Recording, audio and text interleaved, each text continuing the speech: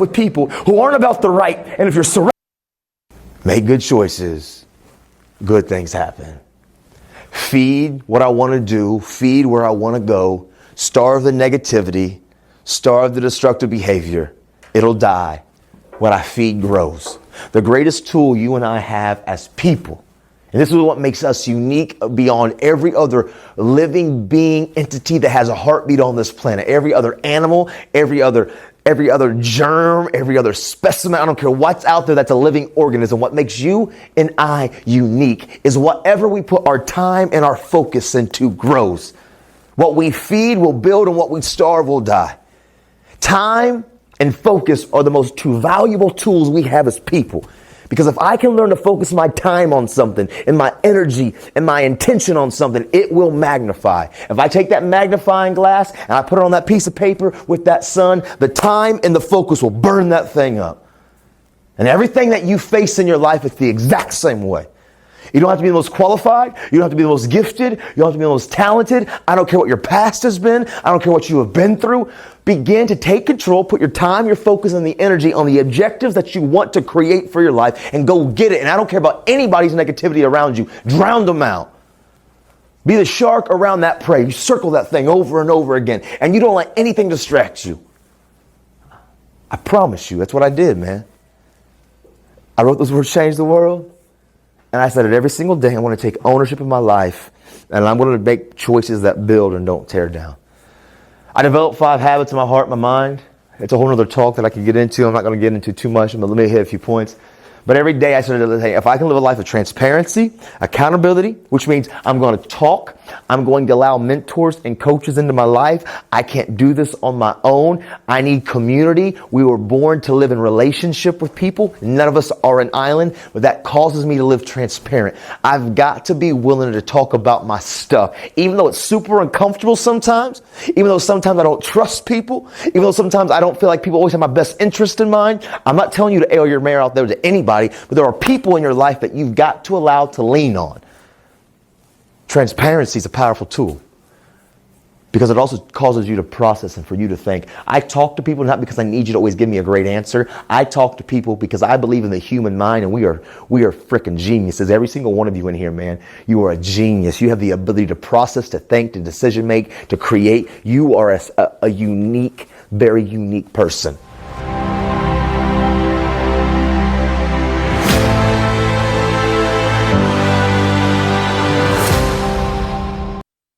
I wanted to value people not for what they could give me, but just for who they are. And I realized to all the bullies in here, all of you that you hide behind your words and your fists, you know the number one way that I began to find real worth and real value? See, I told you at the beginning, what you take, you can't keep. You can't take your worth and your value from us, but what you give away always comes back around like a boomerang. And I realized when I started doing random acts of kindness, valuing people, caring about people, being intentional of helping people that I knew were struggling or alone, what began to happen is it gave me a real sense of worth, because you can't change experiences. And when I knew that I had helped people, it helped me subconsciously realize I had worth. What you give away, you get to keep.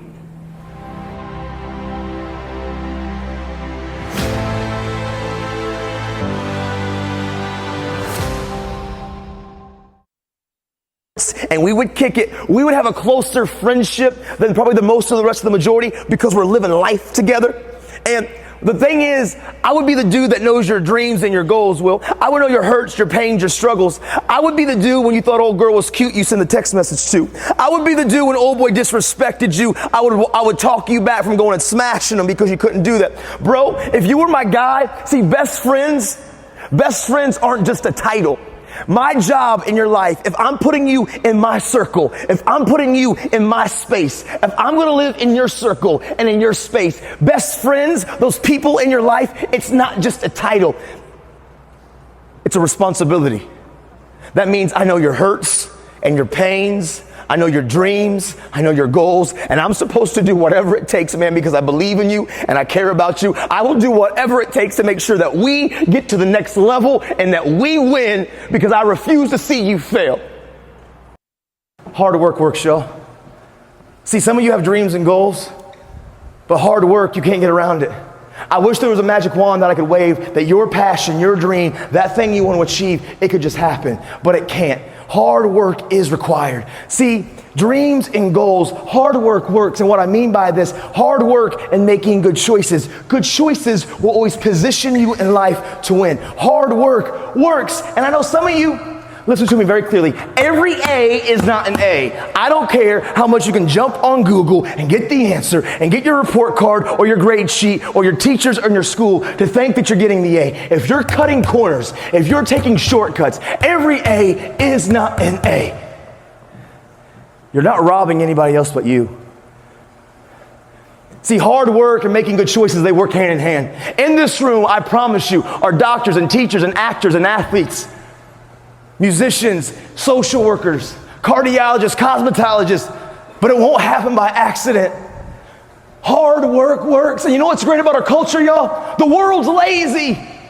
It's a good thing for you and me. Kind of, but not really, but yeah, kind of. And here's what I mean by that. Nobody wants to do it. Everybody will talk about it. Everybody will post about it, but nobody wants to roll up their sleeves and just go get it. And so what that means for me, if I don't have to be the most qualified, I don't have to be the most talented, all I got to begin to do is to apply myself, and by default, I'm going to separate myself from the crowd.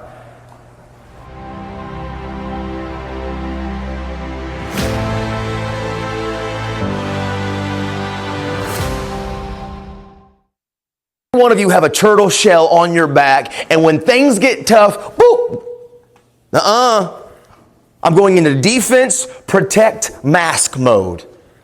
And he said this to me. He said, Nathan, let me ask you, did you want to be uncomfortable? Did you really want to address the issues about your mental health? Did you really want to address the issues about your drug addiction? Did you really want to address the issues about your lack of your father in your life? Did you really want to address the issues about your attitude and how you treated others and your responsibility, your lack of discipline and self-respect? Did you really want to talk to people about the fact that you had put a rope around your neck? Did you really? And I said, not really. It's kind of uncomfortable. He said, you're right. So if I had this knife right now, or if I had this pencil and I said, put your hand out, and I'm putting the pencil through your hand, what are you going to do? Boop! But he said this, what if I told you, if I don't put the pencil or the knife through your hand, your daughter will die? Cut my hand off. I won't move it for 1,000,000 years. Forget my hand, take my life. He said, so what you just realized is that you were putting value on that uncomfortable moment because you knew that there was something of great value to you, and it was you were willing to get uncomfortable. Yes. You see, the reason why many of us battle sometimes with change, the reason why many of us battle sometimes with words like anxiety, depression, we battle with some of our mental health issues, or we battle with the suicidal ideologies and talking about it, or we battle with the issues that we're struggling with. It's because we don't understand the great value it takes and how much it can help you because it's so uncomfortable. But when you begin to understand being uncomfortable is the only way we're going to get it better.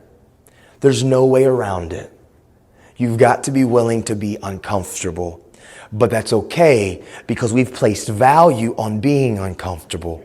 I know if I begin to talk about my stuff and find the courage and begin to speak up and to speak out and process my emotions and find those trusted, caring adults and find those good friends that I can lean on, and if I can speak up and speak out and not worry and be anxious and have the anxiety of what's their expectation, and when I talk about this, I didn't see this coming from you, Nathan. He said this. No. When you're willing to understand that truthfully, we can change and we can overcome because we're not technology. We have a brain, we have a heart, we have a breath, we have free will, we have choice. People can change.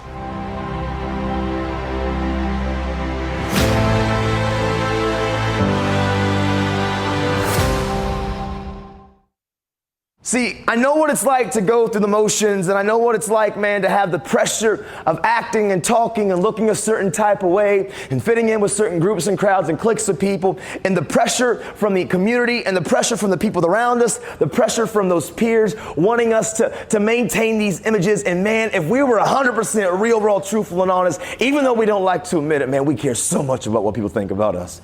And if we're not careful, we find ourselves trying to meet the expectations of everybody else. And it's not wrong to have people have expectations on us. But at the end of the day, man, if you're only focusing on what you're supposed to be and what you're supposed to become, it's going to have all this anxiety attached to it, because we fall short. And I had to learn the hard way, man. We are all beautifully broken somehow, some way. We've all got stuff, man. And it's not about you being perfect. And it's not about your performance all the time. It's about daily progress, because nobody can judge you if you're applying yourself with your effort. You only know you.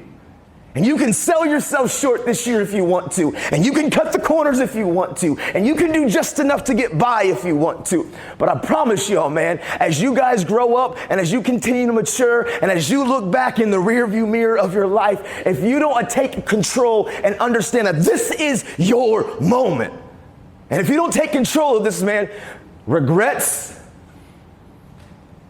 thoughts of, man, I wish I should have and I could have, and only what if, they will come alive. But man, you're at a place and a space in all of your lives right now that you control your destiny and nobody can take it from you. And I want you to dream big and dream outlandish and set goals and benchmarks that seem sometimes even too far to attain, because I promise you, your dreams and your goals, they shouldn't come easy. And if dreams and goals and things you want to pursue and things you want to become, if they're coming easy, I'm challenging you to set the bar even higher, because you can press yourself and you can grow. And it's tough, man. Grow and change and becoming the better you. It's not comfortable. Nobody likes to be uncomfortable, but change takes change.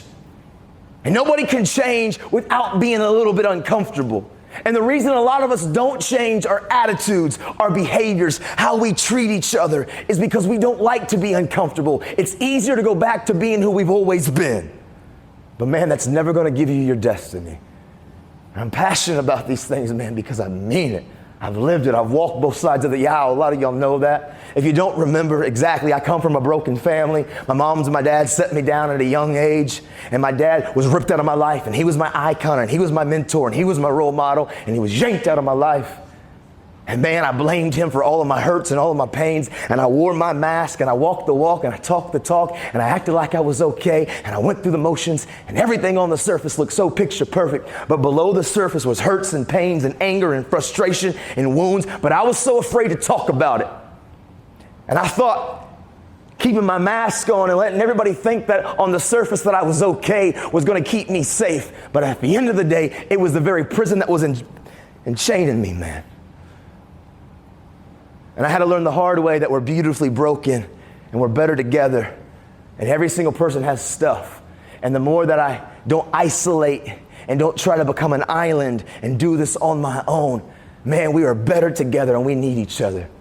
Every student in here, you need your classmates, you need your friends, you need mentors and teachers and parents in your lives. And even though sometimes, man, we think in our culture we can figure this thing all out, I promise you, you need not only friends on a horizontal plane, you gotta have people in your life on a vertical plane that can speak into your life, that's walked through some challenges in the life, and that can help you from making the same mistakes that maybe they've made. And I used to fight against that, man. I was so against allowing any kind of influential authority figure in my life, because I thought they were trying to control me. But now as I turn around on the hindsight, I realize those people were just trying to prevent me from making the same mistakes that they made. And if I could go back and yield to some of those words of wisdom, I promise you I would. But I wore my mask, and I went from middle school to high school, and I compromised myself. And what I mean by that is I gave in to the peer pressure of the people around me. When I went from middle school to high school, I had some great friends in my life. But man, those friends were the popular kids, so I thought I had to change up who I was to fit in. I changed up who I was so all of you would accept me and all of you would like me and I would fit the molds and the types of the people that you thought I was supposed to become. And I walked away from real friends that value me. Biggest mistake in my life. And as I began to hang out with the new crew and the new crowd and the new cliques of kids, they didn't value me. And I'll tell you what, who you spend time with, they will influence your life. And I began to create some terrible habits and how I treated people, because hurting people hurt people. And y'all know that. A lot of us, we can call it bullying, but let's call it what it really is. It's verbal, mental, and emotional abuse, and it's wrong. Hurting people hurt people. And so a lot of times, some of us come to school and we act like we just don't care. And we act like we got this thick skin and with this attitude, like we're good, we're cool, and we laugh and we pick on kids and we get our friends to laugh at our jokes. But when you yank all the smoke and the mirrors away and it's just you by yourself, you don't like who you see because you're hurting and you don't know how to deal with your hurts and your pain. So you lash out and you hurt people. And for some of us, we battle with thoughts of giving up, suicidal thoughts. I know I did. In school, I wore my mask and I dealt with thoughts and maybe nobody cares about me, nobody believes in me. And I remember when I climbed the ladder and I was on the brink of taking my own life. And for some of us, we turn to self-harm because we wear the mask and we don't know how to deal with our hurts and our pains and our emotions, and we see others doing it, so we turn to self-harm. And others of us, we turn to drugs and to alcohol, and we give into the pressure of wanting to get faded and to get blue back and kind of meet the expectations of what everybody else in my school's doing. And so we gave in, we compromised ourselves because we wanted to fit in. But then we began to realize it was a great coping mechanism so how I didn't have to deal with my hurts and my pains. And it became how I self-medicated. And I would use the drugs and I would pop the pills and I would do my thing, wanting to hopefully make all the hurts and the pains go away. But the pressure was building and the pressure would bust the pipes, and I would wake up every day just as unhappy. So I go back to the bottle and I go back to the weed and I go back to the pills, trying to always find the reason for my hurts. And see, a lot of us, we wear these masks and it comes out in different ways. And for me, I dealt with all of that. For me, straight A's to straight F's, and y'all know the story. A little bit of a reminder, you can't see the picture that well, but it's right here. The picture on your left, you really can't see it at all, but that's me at 18, 19 years old, strung out, tore up from the floor up. I compromised myself, gave in every drug that I could think of, and I found myself kicked out of school. And ultimately, I was involved in a terrible accident. And my friend Priscilla, she lost her life. You know the story, I've been here enough. And I found myself at 23 years old, back against the wall, and not only had my choices and now affected me, and not only had my choices up to this point of being so afraid to use my tools of communicating and talking and reaching up and reaching out and crying out for help and understanding that we're better together and no one's an island, we need each other. Now my choices and my decisions began to spiral out of control, and it affected other families too. And so for all of you that remember this first couple year talks, we went through all of that last year. And I want to state this as we get going today for this next layer, this next level, this thing that I call the 5 that's changed my life. If you're in this room and you're battling with thoughts of giving up, and if you're in this room and behind the mask there's thoughts of maybe nobody cares about me, nobody values me, nobody sees me, I don't see a way out. I don't know how to sugarcoat it, but I just say it. Don't you dare believe the lie. Don't you believe that dying will solve anything. You were born for a purpose. You have a mission in this world. People care about you. And even though sometimes you feel like you're all alone, your feelings can lie to you. Don't you believe the lie that giving up will solve it, because you matter. People care about you. And even though you don't always feel it, your feelings can lie to you. And I can prove it. Because I know sometimes in our culture and this generation, we feel like we're all by ourselves. We feel like nobody understands us. We feel like we're all alone. And let me ask this question. I need every junior and every freshman in this room to own this question. And I don't care about the friends that are around you. This is you and me, and this is real, man. And it is raw. And this is our life, and this is our future. How many of you in here, if you were 100% honest with yourself, truthfully being genuine with your feelings and your emotions, are there times in your story, in your life, do you sometimes feel honestly like nobody understands you? And honestly, sometimes you feel like you're all by yourself. Raise your hand. Hold them high, man. And hands go up all across the room. You know why? Because even though we feel like we're all alone, you're not the only person who feels like that. Hands were everywhere. Many of us feel the way you're feeling. Adults feel the way you're feeling. People feel the way you're feeling. But what you can't do is be impulsive and think that making a forever decision to end it solves it. It doesn't. You're robbing you of your destiny. You're robbing people around you that believe in you. I promise you, there is a fear of talking. But when you begin to talk, and I know there's a fear sometimes of, man, what will happen if I say this? This is going to happen, and this is going to happen, and what if, and what if, and what if? We what if, and this anxiety thing grows. And 99.9% of the times when you actually talk about it, it never turns out nearly as bad as what you think it is. It's that fear of the unknown. I promise you, I ripped my mask off 10 years ago, man, and I've never experienced more freedom, more success, more peace of mind. I've realized life isn't about just existing. It's about experiencing all that life has for us. And in this room is greatness. I promise you. And for me, my wreck happened. 23 years old. I go to prison for 15, sentenced to 15 years in prison. And it would have been real easy for me to throw in the towel. It would have been real easy for me to say, you know what, I give up. I come from a broken family, suicidal thoughts, self-harm, eating disorders. I've been homeless. I found myself sleeping on the streets. I stole from friends. I had been labeled by everybody around me. I battled drug addictions, you name it. I had experienced it. It would have been real easy if there was anybody that could have said, you know what, my past is bigger than my future. I give up. It would have been me. But I remember something that my father taught me when I was that kid. When he told me at the end of the day, Nathan, as long as there's breath in your lungs, there's hope in your heart, don't you dare quit. And he taught me that through that basketball experience that I had when he beat the brakes off of me playing basketball. And he told me at the end of the day, Nathan, don't compare yourself. Don't give up. See the problem? He was the problem keeping me from reaching, making buckets and making goals. And he said, listen, Nathan, see the problem, identify the problem, then figure out the solution. Don't let the problem consume you. Be consumed with answers and solutions, and you don't stop until you figure it out. Giving up is not an option.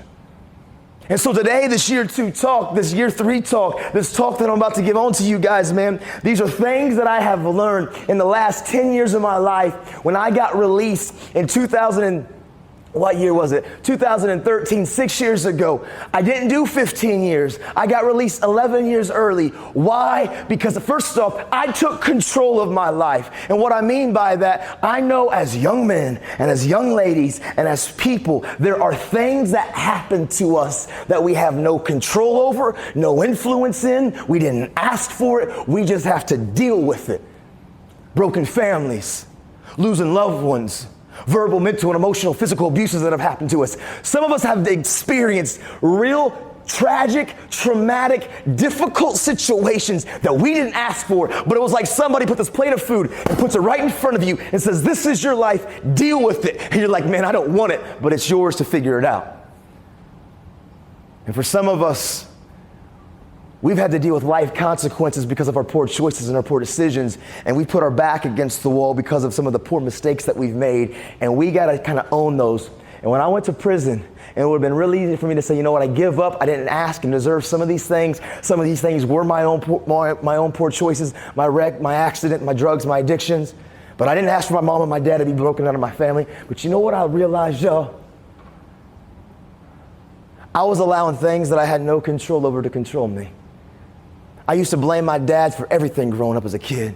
I blamed him for my attitude. I blamed him for my drug use. I blamed him for how I treated others. I blamed him when I skipped school. He was my excuse for everything. And at the end of the day, I had no control over that situation, but I was giving it all the control over me. I had to first off recognize something. I'm not going to allow things that I have no control over to control me. I can control how I react. I can control how I respond, and I can control what I do going forth. I took control of my life. Make good choices, great things happen. Take ownership. Stop making excuses. You know what our culture lacks right now? We lack the ability to say, I'm sorry, I was wrong, and forgive me. We want to put blame on anybody else and everybody else around us. I've learned when I've made mistakes, I just own it, man. Not because at the end of the day I'm embarrassed, but I know we're all beautifully broken. We all make mistakes. We've all got stuff somehow, some way. And I've learned my mistakes set me up for future wins because I don't lose in life. I win or I learn. I win or I learn. And I may make a mistake, but I own it radically, emphatically. I don't play the blame game. If I was wrong, I make it, I claim it, and I move forward. Because at the end of the day, man, life's about progress. And so for me,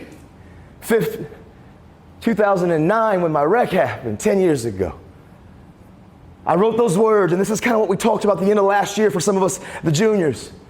I wrote those words, change the world, slapped on my little prison wall. And I decided then to take control of my life. Priscilla's family, they asked me to do two things. First off, they radically forgave me, and I don't know why. They forgave me, and that's a whole other story for another day, for another talk, for another venue. But this family forgave me, and they said, Nathan, we don't think that one dumb choice should destroy two families' lives. But they asked me to do two things. Don't let our daughter die for nothing, and try to make the world a better place. And I said yes, and I didn't even know what that meant.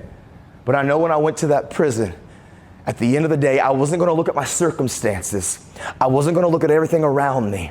At the end of the day, I was going to be present in the moment, present with my current reality, and absolutely do the best that I could to grow day in and day out with personal growth and personal development. When I came against things that I didn't agree with, or I came against people that I didn't agree with, or I came against an authority at the prison, man, I used to buck authority all the time. I hated authority, but when I had to realize something at the end of the day, if I can't learn to respect people, if I can't learn to respect those around me, if I can't learn to respect the people who are in charge of me, how am I ever going to learn to respect my dream? Because if you don't respect that dream, that thing that's inside of you, and you know what that thing is, that thing that you're passionate about, that thing that if you could do anything in the world, that would be your reality, that would be your future. That thing that's big, that dream that's massive, that thing, if you don't learn to respect people, you're never going to learn to respect that dream.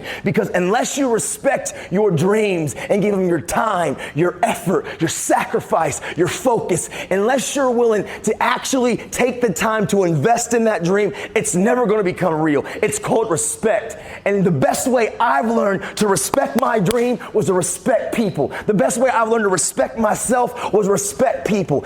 Letting people's lives have value and understanding that people that can speak into my life, that can help me learn, man, that's tough.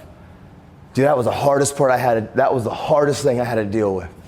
So here I was in prison, facing 15 years. I wrote Change the World, slapped it on my bathroom mirror. And I didn't realize it, but I developed these 5 habits in my heart and my mind that's changed my life. I call them the 5. And it wasn't until about 18 months ago that I realized I had developed these attitudes and these characteristics and these habits that's helped me be 10 years sober. That's helped me be 10 years since I've thought of it in my life. That's helped me be 10 years since I've self-harmed. It's helped me be 10 years since I've had an eating disorder. That's helped me 10 years overcome depression, anxiety, all these issues. It's these habits that I've developed, and I've now recognized it was these things that I was intentional of wanting to be better at. It's changed my life. And I call them the 5, and they're simply this. I learned to be transparent. I learned to be accountable. I learned to work hard. I learned to make good choices, and I had to value people.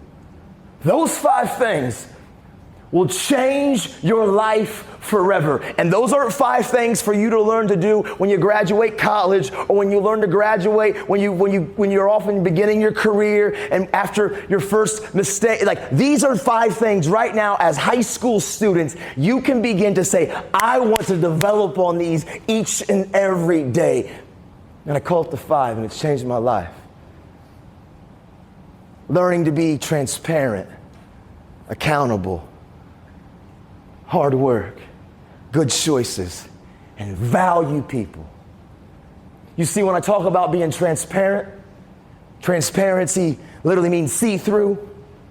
I had to live a life that I understood something, that if I wouldn't allow people to see my hurts, my pains, and my struggles, if I wouldn't live a life that was somewhat see-through, where light and vision and people could see some of my shortcomings, where I had to also find the courage to talk about my hurts, my struggles, and my pain. Transparency really is this. It's taking off the mask and the fake smiles and the fake faces and acting like you just don't care, but being honest and truthful with somebody in your life, that mentor, that coach, that trusted, caring adult, those best friends, where you're willing to be transparent and speak up and speak out and understand that it's okay to not be okay, and it's okay to make mistakes, but you have to own them. I learned to live a life that was transparent. And you know why? Unless we're willing to be transparent on some of those character defaults that we have, maybe they're your bad attitudes, your procrastination, how you treat people,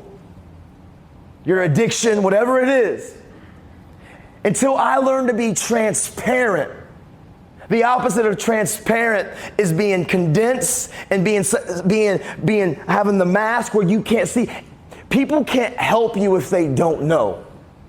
And if you're not really ready to change and to let it go. A lot of us say, you know what, Nathan, I hate my anxiety. You know what, Nathan, I hate my depression. You know what, Nathan, I want to stop the addiction. You know what, Nathan, I've been self-harming, but I'm struggling to quit. You know what, Nathan, I want to change this. I know I got a bad attitude. A lot of us will talk about it, but we're so afraid to take the steps called accountability, where you allow people to speak into your life. See, accountability isn't you giving people permission to hold you accountable and get you into trouble. Accountability is for you, because you've already decided there's some areas in your life that you want to change. And change takes intentional choices to be different. And so if there's some things that if you were honest and you gave yourself a real assessment and you were like, you know what, truthfully, I know I got a bad attitude. You know what, truthfully, man, there's an addiction that I've been battling with and I want to get off, but man, I'm struggling. Many of us that battle with self-harm, there's been many of times you've wanted to stop, but you struggled and you can't seem to stop because you've created a poor habit. And many of us who battle those thoughts of giving up, man, you're so afraid to actually let somebody help hold you accountable and to walk through that with you. See, when I began to be transparent and to air my stuff out, and to find trusted, caring adults, a mentor, a coach, a friend. When I began to be that person, and I'm not saying you go out here and talk to any random Yahoo in the world, that's not what I'm saying. But we all have those people in our lives that we know care about you. Those are the ones. And when I began to get honest with that person and allowed him to hold me accountable, again, his accountability in my life, it wasn't that he was trying to dictate and be my boss. I had given a trusted, caring friend of mine the permission to call me on my stuff. Why? Again, it's not because I had to meet their expectation. They're holding me accountable because I have a desire to really change. And if I don't change attitudes, nothing's going to change. Change takes intentional choices to be different. So for me, I started being transparent. I took off my mask and being accountable. And then I realized hard work works. You can't get around hard work, y'all. I'll be honest, our culture, let's be real, we're lazy, y'all. Be honest, it's so easy for us just to jump on Google to find every answer to every question that we want. And at the end of the day, yep, you may get an A, but not every A is an A. And this is what I'm saying by that. You can jump on there and you can cut the corners and you can make every little loophole and still get on the surface what looks like an A, but you didn't learn anything about life. Why would you rob yourself the ability to really grow in life? Not every A is an A, I don't care what you say. At the end of the day, you can't get around hard work. And this is what's amazing about this world we live in. Success, it's not that difficult, y'all, because 99.9% of the people out there, and that may be a high exaggeration, but it's not too high, the majority of the people don't really want to put in the work. They don't want to roll up their sleeves and actually go after their dream. We all like to talk about it. We all like to post about it. We all like to tell people about it. But talk is cheap. What you do is what you believe, y'all. And for the most part, people don't want to put in the work. And so if you can just begin to take one step after one step, slowly moving towards your dream, I promise you that dream, that goal, that thing you want to achieve, it's not going to be nearly as difficult as what you think it is. Because for the most part, others don't want it as bad as you, but you just got to take control of this thing. Hard work works, and hard work and learning to make good choices in the moment. Listen, you can skip school if you want to, or you don't have to. You can have an attitude if you want to, or you don't have to. You can do random acts of kindness, or you can pick on somebody. You can be disrespectful, or you can be respectful. But I've learned making the right choice, and we all know what the right choice is. All of us in our heart, in our gut, in our mind, we know what we should and we shouldn't be doing. And the more I learned to listen to that voice, and the more I began to always bounce every idea of my dream of wanting to change the world. I wanted to become an inspirational speaker. I wanted to travel the country. I wanted to give hope to the hopeless, be a voice to the voiceless. That was my dream. And so in the moment, even in the middle of my terrible circumstance, I'm in prison battling all of these issues. Every day when I woke up, I looked at my dream and I said, I'm going to make conscious decisions to make good choices and not bad choices. And I say it a lot, and it's this way. In your mirrors, all my juniors, freshmen, if you're driving, I don't know if yeah or not, but in your side view mirrors, it says objects in the mirror are closer than things appear. And what it means, what you see reflecting back at you, it's not as far away as what you think it is. And all of your dreams and all of your goals and the things you want to achieve and the things you want to become, they don't start when you graduate. They're right here. They're right now. Your dreams and your goals are closer than objects appear in the mirror, I promise you. And so for me, I began to slow down and not be impulsive. See, in the moment, when everybody else is doing something, in the moment, when everything else seems like it's not a big deal, I had to slow down and ask myself the question, is this going to help or destroy, build or grow? I don't want to be impulsive in my choices. Hard work, good choices. And then the last one's the toughest one. The last one is one of the most difficult ones that we're facing, and it's learning to value people. You see, growing up, if I was going to be honest, and I believe most of us on the surface are this way, and it's not our fault. It's kind of like the human nature of who we are. We naturally, it seems to be, are pretty self-centered, self-absorbed, self-circulating around me, where I want to go, what I want to do. I realize at the end of the day, when I was growing up, from my youth all the way up to when I was 23, I would only value people if I thought you were benefiting me. If I thought that you could enhance my life, if I thought that you could add to my life, I could gain something from your relationship, that's when I would value you. If I thought I could benefit from you, man, that is selfish. And it took me a long time to realize I don't want to be a person who is self-absorbed, that only has time for people if you can help me, but I want to be a person that is intentional and is very thoughtful of adding value to every person I encounter. How can I add value to the people around me? I don't want to be the person who walks into the room and it becomes all about me, self-absorbed, this, that. And we all know those people. They walk into the room and you're like, oh shoot, I don't even want to be in this room with that person. We all got them. We all know who they are. And I bet some of us know sometimes that's you. So the biggest challenge that I had to really face in the man in the mirror, that person, was saying, I don't want to be self-centered. I want to learn to be selfless, because this is what I've learned, y'all. What you give away, you get to keep.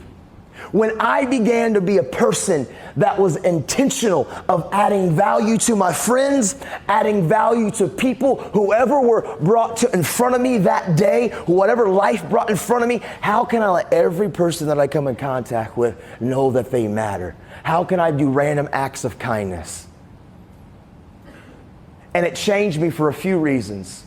For one, when you start doing random acts of appreciation and kindness, it's like a boomerang, y'all. You throw it and it comes right back around. What you give away, you get to keep, man. People will start also seeing that you care about others. They'll start caring about you. And without you even trying to value people to gain position and to gain advancing in your dreams and your goals, when you begin to value people and be a person who cares about people, it always creates opportunity for us to continue to advance in our dream. It's crazy, man. And then what else I've learned is growing up, there was a lot of times people said, hey, Nathan, you have worth, you have value, I believe in you. And you probably have had those people, right? They tell you don't give up, we believe in you. And they tell you it over and over and over again, and yeah, it sounds good. But man, you go back to your house and you're by yourself, those words, they're just words because you don't feel that way. You don't feel like you have worth and you don't feel like you have value. And so what I've learned is this, and I didn't even see this really coming this way, but I had such a hard time beginning to really have self-belief of self-worth, self-esteem, understanding that, my past wasn't my bigger than my future, that I could change, that I could overcome my anxiety, my depression, my struggles in life. It was so hard because everybody told me how important I was, but I didn't feel it. But when I started, even in the middle of all of my stuff, I committed in my heart and in my mind, I'm going to be intentional about letting people around me know that they matter. Random acts of kindness, words of encouragement, literally going above and beyond my way to let people know that they matter. Just being a good person, man. You know what began to happen, and I didn't even realize it?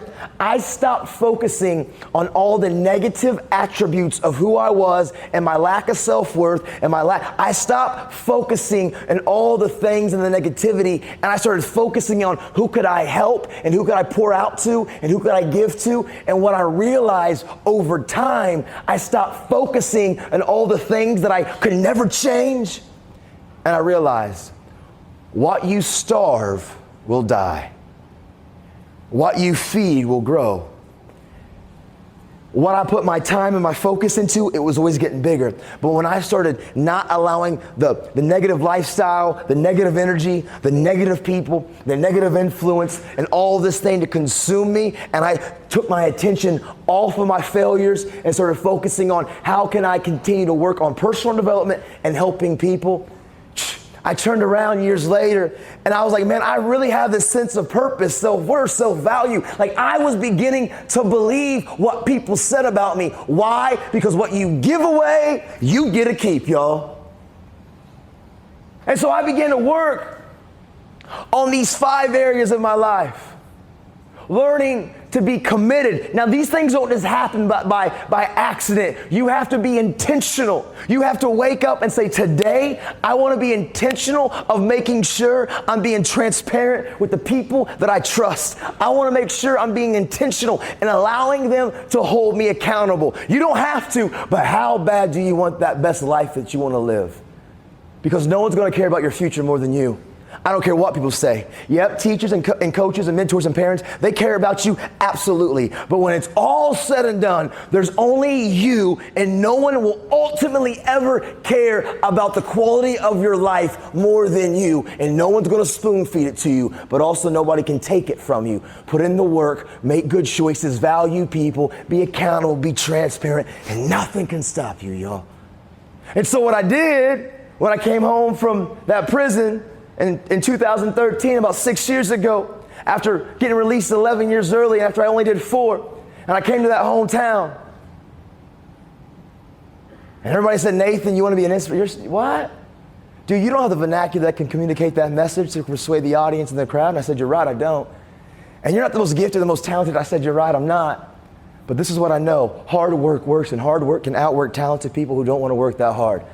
I refuse to let the fear of failure hold me hostage. I refuse to let the words of negativity hold me back. This is what